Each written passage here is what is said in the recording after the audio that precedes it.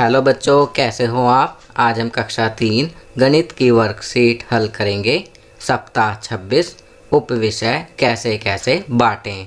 तो चलिए वर्कशीट हल करते हैं। प्रश्न 1, उदाहरण को देखते हुए निम्नलिखित प्रश्नों को हल करें।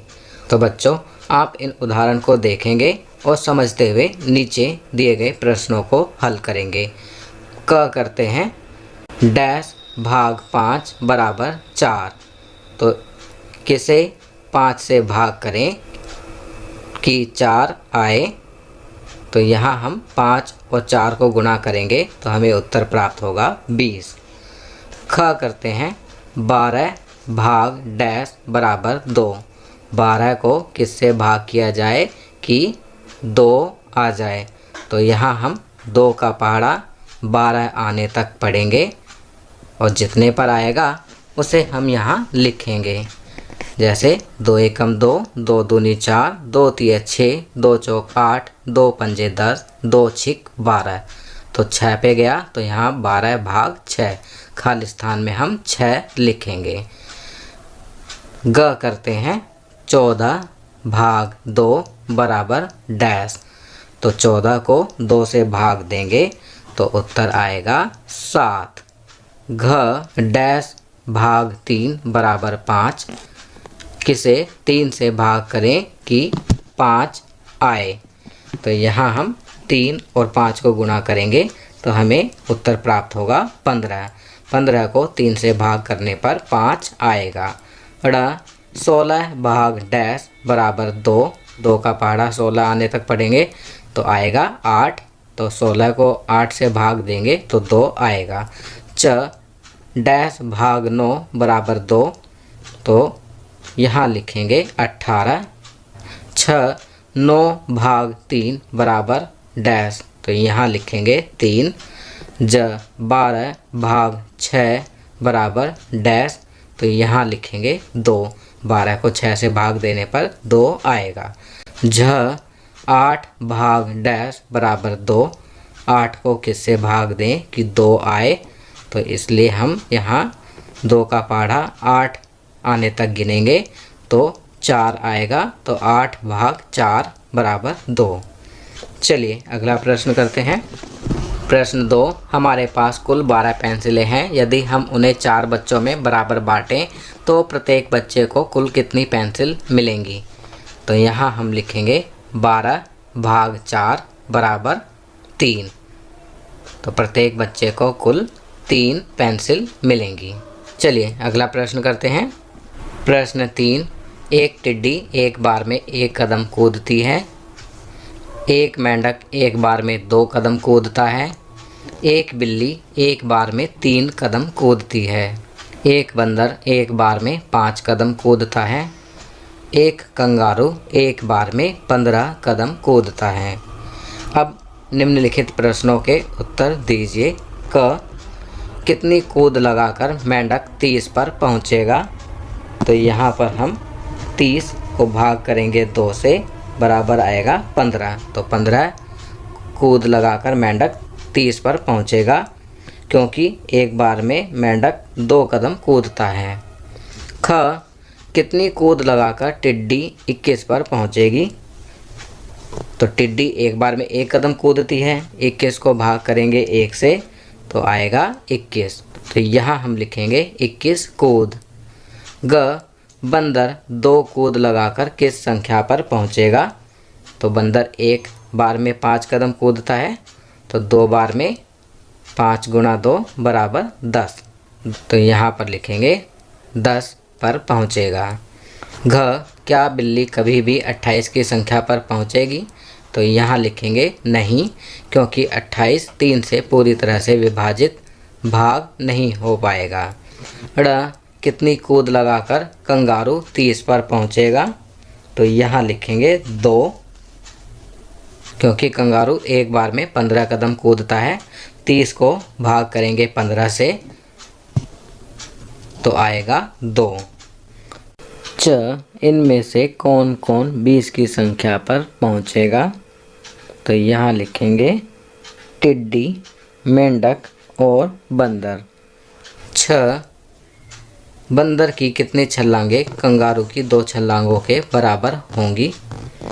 तो आपको पता ही है कि कंगारू की 2 छलांगे बराबर 2 गुना 15 बराबर 30।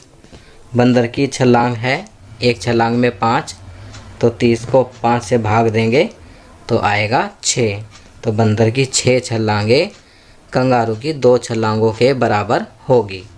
ज सबसे छोटी कौन सी संख्या है जिस पर मेंढक और बिल्ली मिलेंगे। मेंढक एक बार में 2 कदम कूदता है और बिल्ली एक बार में 3 कदम कूदती है। तो यहाँ 2 गुना 3 बराबर 6। 6 पर मेंढक और बिल्ली मिलेंगे। चलिए आगे बढ़ते हैं। जीवन कौशल छूट।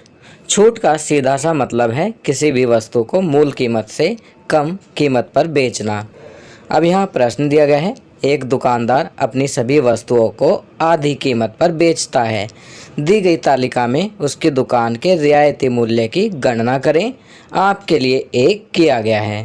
तो बच्चों यहाँ पर जीवन कौशल में छूट के बारे में बताया गया है कि छूट का सीधा सा मतलब है किसी भी वस्तु को मूल कीमत से कम कीमत पर बेचना। अब प्रश्न दिया गया है, एक दुकानदार अपनी सभी वस्तुओं को आधी कीमत पर बेचता है, अर्थात वो 50% 50% छूट दे रहा है। दी गई तालिका में उसकी दुकान के रियायती मूल्य की गणना करें। तो चलिए नीचे दी गई तालिका को देखते हैं और दिए गए मूल्य की रियायती मूल्य की गणना करते हैं।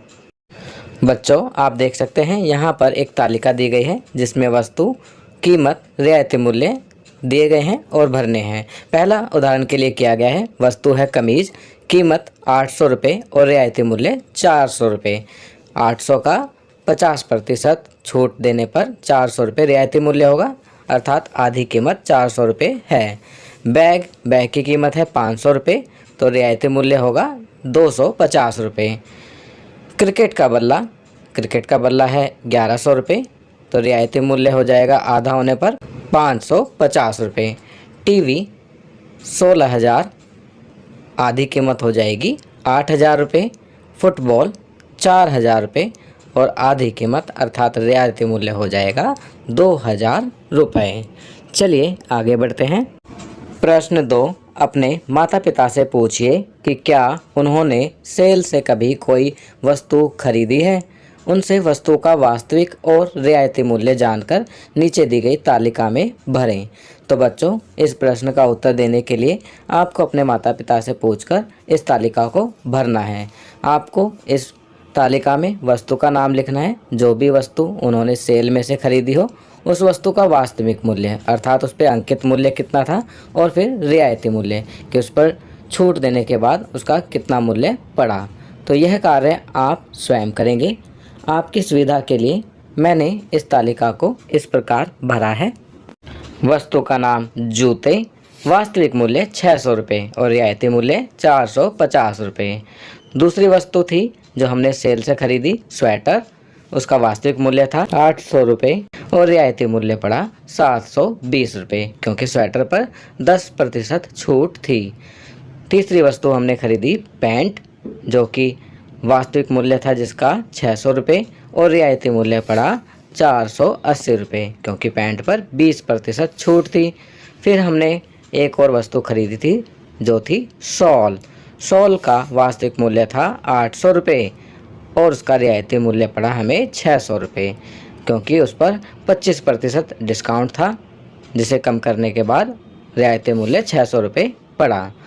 फिर एक और वस्तु थी साड़ी, वास्तविक मूल्य था 600 रुपये और रियायती मूल्य पड़ा 480 रुपये। साड़ी पर 20% छूट थी, 600 रुपये पर 20% छूट देने के बाद उसका रियायती मूल्य 480 रुपये पड़ा। तो आपको इस तालिका को इसी प्रकार भरना है। आप अपने माता पिता से पता करेंगे उन्होंने जो भी वस्तुएं सेल में से खरीदी थी उनका वास्तविक मूल्य और रियायती मूल्य यहाँ लिखेंगे। चलिए आगे बढ़ते हैं। संस्कारशाला छोटी छोटी पर बड़ी बातें। सरफरोशी की तमन्ना अब हमारे दिल में है, देखना है जोर कितना बाजुए कातिल में है। तो बच्चों ये कहा था राम प्रसाद बिस्मिल जी ने। खाना पीना अंकुरित दालों से बने खाद्य पदार्थ आहार में शामिल करें और उनका सेवन करें। गतिविधि, स्वतंत्रता सेनानियों के नारों को उनके नाम सहित बोलकर अपने अध्यापक को वॉइस मैसेज भेजें। खेल, परिवार के साथ शतरंज खेलें। चलिए आगे बढ़ते हैं। दैनिक दिनचर्या, निम्नलिखित आदतों को अपनी दिनचर्या में शामिल करें। अपने माता पिता का अभिवादन करके अपने दिन की शुरुआत करें। अपने दांतों को दिन में 2 बार ब्रश करें। प्रतिदिन स्नान करें। खूब पानी पिएं और संतुलित आहार लें। अपने चेहरे को छूने से बचें और अपने हाथों को बार बार धोएं। अपना गृह कार्य समय पर पूरा करें। तो बच्चों, यहाँ पर कुछ अच्छी आदतें बताई गई हैं जिन्हें आपको अपनी दैनिक दिनचर्या में अवश्य शामिल करना चाहिए। तो बच्चों, ये वर्कशीट यहाँ कंप्लीट होती है।